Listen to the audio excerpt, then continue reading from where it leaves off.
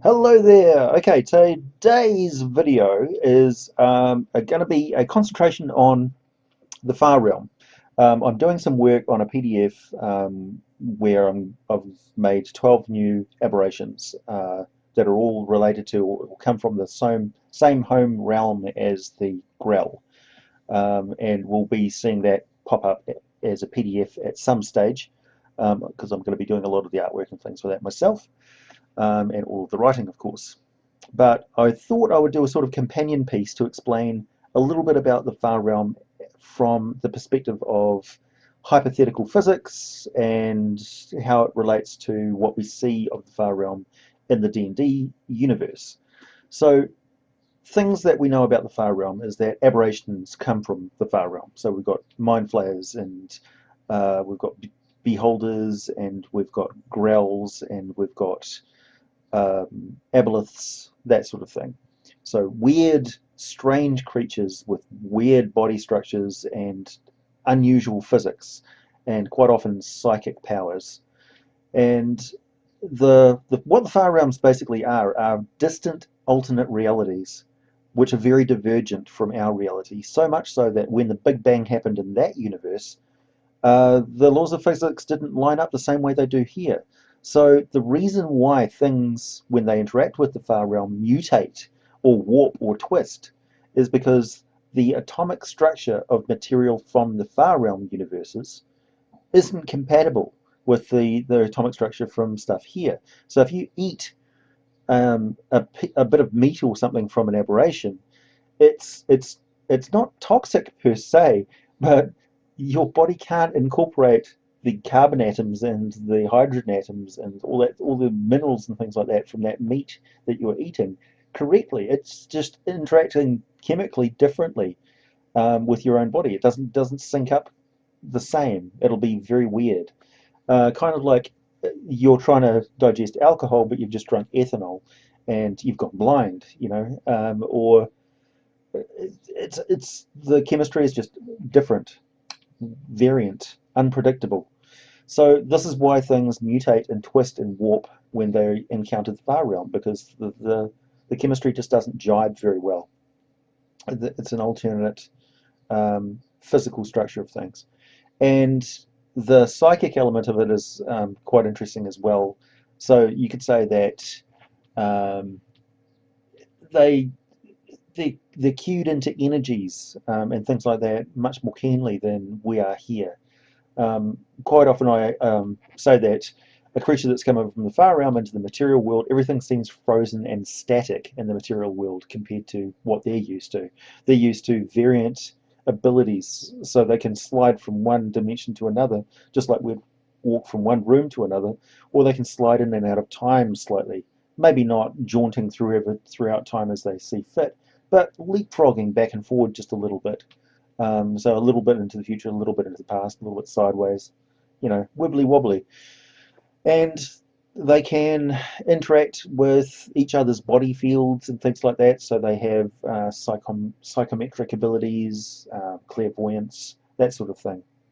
And quite often have resistances to acid or electricity, heat or cold, because the dimension they come from, those physical forces interact differently. So their physical structure may react differently to gravity, that sort of thing, like fundamental differences.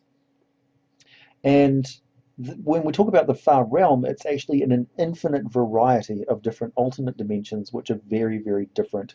They've reached a point where they're not compatible with our material universe anymore. And that's really what creates that division of far realm as opposed to a lower plane or an upper plane or the elemental chaos, the elemental planes, or limbo, or the ethereal plane, that sort of thing. So the far realms are planes with different laws of physics that are not compatible. So you can't eat the food there, they can't really eat you. We're kind of just as detrimental to them as they are to us. Um, but that's kind of the way the cookie crumbles. And of course, the beings that live in these alternate worlds, their motivations are of course very alien, and they may not be necessarily very predatory towards you know a being that moves over from the prime material into the far realm. It depends really where you go. You could encounter something that looks a lot like the world that we're used to, but there's just fundamental differences. So, wood would be edible, or flowers would be mobile, or clouds would drop to the ground and crawl around. It's, very strange things from our point of view. Anything really goes. And while you can't take anything for granted. In the D&D sort of mythos, the Far Realms were originally intended to bring H.P. Lovecraft's mythos into the game. So we're talking about cosmic horror. So the unknown, the vast nothingness of the universe being completely uncaring about human desires or our very existence. So when you go into the Far Realm, you're brushing shoulders with vast beings with alien motivations that are completely unconcerned with your welfare or well-being, and do not care a jot for your ignorance. So when you go over there, you're in their territory. And as far as they're concerned, particularly the creatures that can jaunt between the different realms of the Far Realms, the material realm is blocked off to them um, by deities and primordial spirits and things that set up these big, massive barriers selfishly, because the material realm to them is just another bit of their playground. So they would resent creatures that they haven't encountered before or can't interact with properly. Um, for instance, one of the problems you have with elemental creatures that come over to the material plane is we are made up of elemental stuff that they share.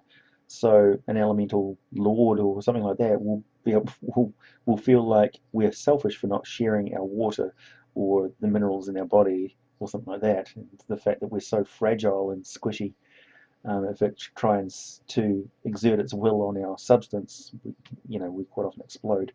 Same sort of thing with the Far Realm creatures. They're not used to how fragile we are mentally. They're not used to the fact that we seem to explode when electricity goes through us, or cook when we're on fire, or we can't take high gravity or low gravity, or we can't move through time freely without aging rapidly or going insane.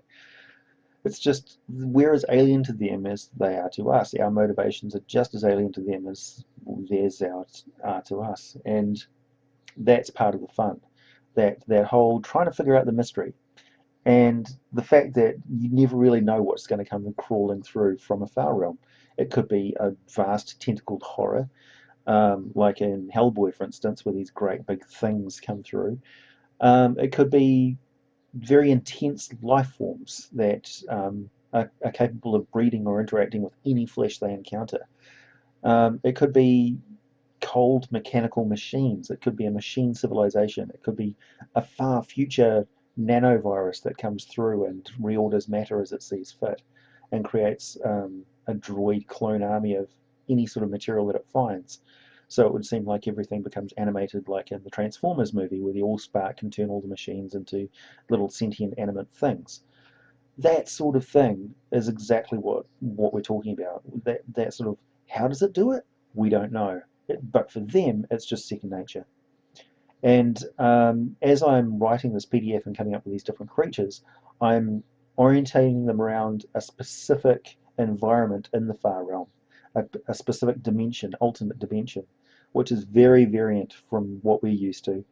But in sticking to that format, it gives me an opportunity to create a dozen creatures which are very interrelated. So you can get a hint of what the environment is like where they're from.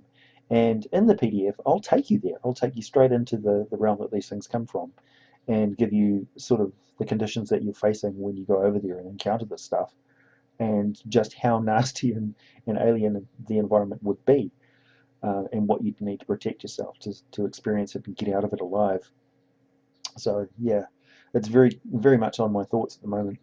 And yeah, the forms of the creatures that I've been like playing in a slide here for you are just some of the stuff that is possible.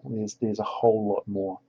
But it's the typical sort of things we think of as vast, tentacled, rubbery, organy, hairy, toothy, vicious looking, alien, ugly, revolting, horrific things that come crawling through from other dimensions. But of course, from their point of view, we look just as weird. And yeah. So I hope you do, when you find my PDF sitting out there, but probably through the GM's Guild or through whoever decides to host it. I hope you do have a look at it.